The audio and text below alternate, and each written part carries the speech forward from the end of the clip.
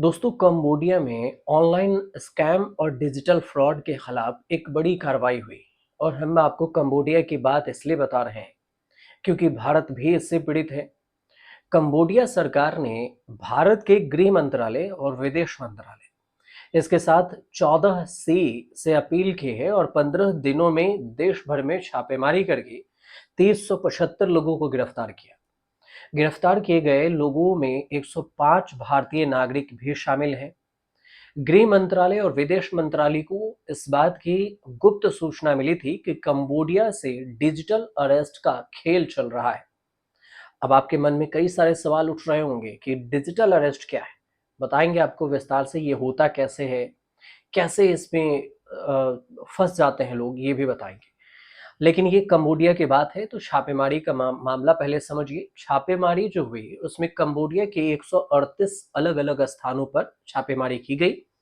पकड़े गए लोगों में 606 महिलाएं भी हैं और इस कार्रवाई में 1028 चीनी, 693 वियतनामी, 366 इंडोनेशियाई, 101 बांग्लादेशी, 82 थाई थाई जैसे थाईलैंड वालों को थाई कहते हैं, 57 कोरियाई, 81 पाकिस्तानी, 13 नेपाली और 4 मलेशियाई नागरिक शामिल हैं। इसके अलावा अन्य देशों के जैसे फिलीपींस, नाइजीरिया, म्यांमार, रूस और युगांडा के भी लोग इसमें पकड़े गए हैं। समझिए कितना बड़ा खेल है कि विश्व के कई देशों के लोग इसमें पकड़े गए हैं। तो ये कितना बड़ा स्कीम हो रहा होगा और इसमें कितने जालसाजी हो होंगे, कितने लोग इसमें फंस रहे होंगे डिजिटल अरेस्ट में। अब इस ऑपरेशन के दौरान बड़ी संख्या में computer, laptop, mobile phone, drugs, हथियार, गोलियां, चाइनीज और भारतीय पुलिस की फर्जी वर्दी, ड्रग्स प्रोसेसिंग मशीन बरामद की गई है।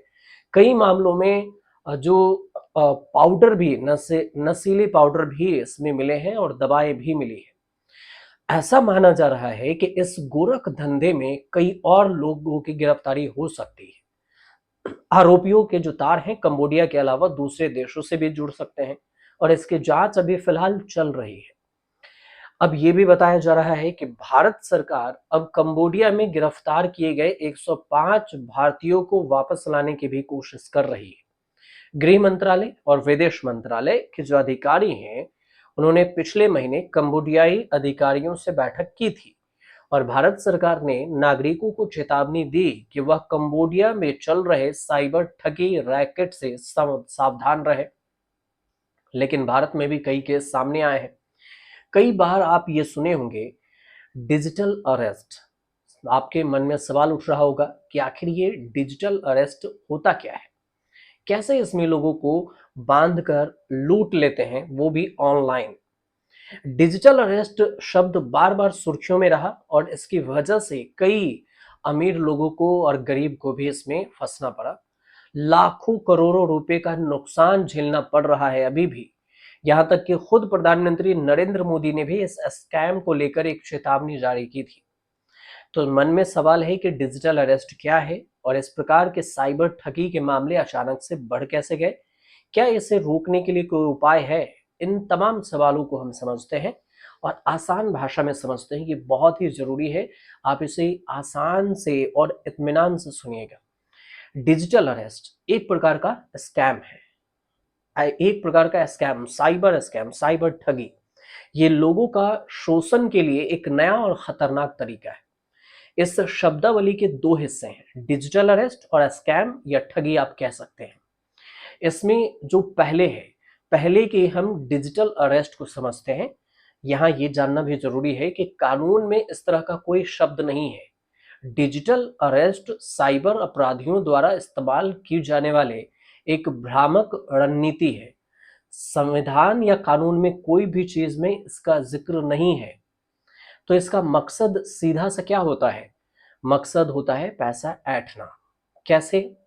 तो इसमें अक्सर फोन या ऑनलाइन के माध्यम से, डिजिटल माध्यम से किसी भी व्यक्ति को इसमें गिरफ्तार किया जाता है। झूठा दावा किया जाता है। मकसद केवल लोगों को में दहशत का माहौल पैदा करना होता है, जिसके बाद पीड़ित व्यक्ति को ये यकीन दिलाया जाता है कि यह आपराधिक गतिविधियों में शामिल है और आखिरकार उनसे बड़ी रकम ऐंठ ली जाती है। ये जो पूरा प्रक्रिया है उसको ऐसे बना दिया जाता है कि आपको पता ही नहीं चलेगा कि आप इसमें कैसे फंस रहे हैं। बस फोन कॉल्स आएगा या फिर वीडियो कॉल्स आएंगे आपके पास, और बात करते करते आपको इस पूरे में फंसा दिया जाएगा। अपराध की रिपोर्ट भी आप नहीं कर सकते, क्योंकि आपके पास कोई प्रूफ ही नहीं बचेगा। आप सिर्फ ये बता सकते हैं कि हमें डिजिटल अरेस्ट करके रखा गया था, जो ये शब्द उत्पन्न हुआ उससे। तो ये कई तरीकों से हो सकता है। इसमें सबसे अहम बात ये भी होती है कि फंसे हुए व्यक्ति को धमकी दिया जाता है, लालच दिया जाता है, घंटों या कई दिनों तक कैमरा के सामने ही बने रहने के लिए मजबूर किया जाता है। इससे वो घबरा जाता है और उसकी निजी जानकारी भी देता है, जो मोबाइल से या फिर आपकी कोई वीडियो हो पुराना उसको निकाल लेगा और आपको उसी बारे में जानकारी दे देगा, जिसका इस्तेमाल करके अकाउंट का पैसा निकाल लिया जाएगा। उसके नाम के फर्जी जो काम है वो भी किए जाते हैं, कैश रकम लिया जाता है, और इन सब को इसमें शामिल कर लिया जाता है। इस हिसाब से देखिए, समझिए तो ये कितना बड़ा स्कैम है। शुरुआत कैसे होती है? तो इस पूरे के स्कैम की शुरुआत सरल एक छोटा सा मैसेज, ईमेल या व्हाट्सएप संदेश से होती है।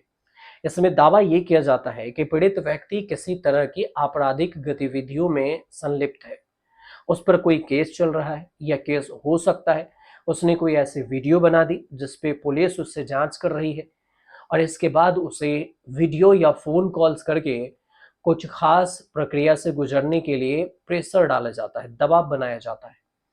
और पुष्टि के लिए, मतलब वेरिफिकेशन के लिए, कई तरह की जानकारियां भी मांगी जाती है। ऐसे कॉल करने वाले जो खुद को police, narcotics, cyber cell police, income tax या सीबीआई अधिकारी की तरह पेश करते हैं, वे बाकायदा किसी ऑफिस से यूनिफॉर्म में कॉल करते हैं, ताकि आपको लगे कि ये वाकई में किसी ऑफिस में बैठा है और ये फर्जी नहीं है। ये भी कह सकता है कि हम इस थाने से पुलिस बोल रहे हैं या इस विभाग से नारकोटिक्स अधिकारी बोल रहे हैं, और इसमें आपको किसी भी तरह से फंसा दिया जाएगा। इसके बाद जो पीड़ित है उस पर गलत आरोप लगा दिए जाते हैं। इस पूरे प्रक्रिया में तनाव बनाने के लिए आपको कानूनी कार्रवाई की धमकी भी दी जाती है। दावा ये किया जाता है कि पूछताछ होने के दौरान उसे वीडियो कॉल पर ही रहना होगा और वो किसी और से बातचीत नहीं कर सकता है, जब तक कि उसके डॉक्यूमेंट्स आदि की वेरिफिकेशन नहीं हो जाती। और फिर ऐंठे जाते हैं पैसे। जानकारी मिलती है कि यही पीड़ित बेचैन हो जाते हैं, तनाव में आ जाते हैं, और इन सब की वजह से जानकारी लेने के बाद ये मामला शांत होता है, पैसे ऐंठ लिए जाते हैं और बड़ी रकम देने के लिए कहा जाता है। और ऐसे ही अकाउंट से आपको अकाउंट नंबर में डायरेक्ट बोला जाएगा, पैसे ट्रांसफर करवा दीजिए, और आप पैसे डाल देते हैं, जिनका अपराधियों की पहचान से कोई लेना देना नहीं होता। पैसे वहां से तुरंत ही निकाल कर ये लोग गायब भी हो जाते हैं, उस अकाउंट पर भी नहीं दिखेगा। तो ये जो डिजिटल अरेस्ट है, इंटरनेट के जरिए ब्लैकमेल से कहीं ज्यादा खतरनाक है, क्योंकि इसमें पैसे साथ साथ संवेदनशील जानकारियां भी हासिल की जाती है। इसमें bank account number, credit card number, password, ये सब शामिल है। यहाँ गौर ये भी कीजिए कि हमारे देश में इस तरह के किसी भी प्रकार की पूछताछ, जांच या गिरफ्तारी या कोई भी कानूनी प्रावधान नहीं है कि आपको ऑनलाइन पूछा जाए। अगर आपके पास भी किसी पुलिस का फोन आए तो इतना जरूर आप समझ लीजिए, जैसा हम आपको हर बार कानून के बारे में बताते रहते हैं, तो आप उनसे कहिए कि आप मुझे व्हाट्सएप या फिर मेल पर नोटिस भेजिए किस थाने से हैं, और हम थाने में आकर बात करेंगे आपसे। उस थाने में अगर नोटिस भी भेज दे आप पर, मेल पर या व्हाट्सएप पर, तो आप इसका जानकारी निकालिए, उस थाने को कॉल कीजिए, उनसे पूछिए कि ये लोकेशन क्या है, और उसके बाद वहां जाकर इसे सॉल्व कीजिए। और इस मामलों में देखिए तो निजी जानकारी भी आप शेयर ना कीजिए तुरंत फोन पर, जैसे पैसा ट्रांसफर करने की बात हो, इसको बिल्कुल नहीं करना है, और ना ही पुलिस को कोई जानकारी देनी है। तो आप इस कुछ छोटे से स्टेप को अपनाकर इससे बच भी सकते हैं। लेकिन अगर आपने नहीं अपनाया तो आप भी साइबर ये जो ठगी का शिकार हैं उससे आप भी नहीं बच सकते, इसमें ठगा सकते हैं। और इसी को लेकर जो ये पूरी जानकारी थी वो आई है, और ये कंबोडिया से गैंग को जो अरेस्ट किया गया है, इसी में कहा गया है डिजिटल अरेस्ट जैसे जो एक जाल है वो डार्क वेब के जरिए यही बिछाएगा।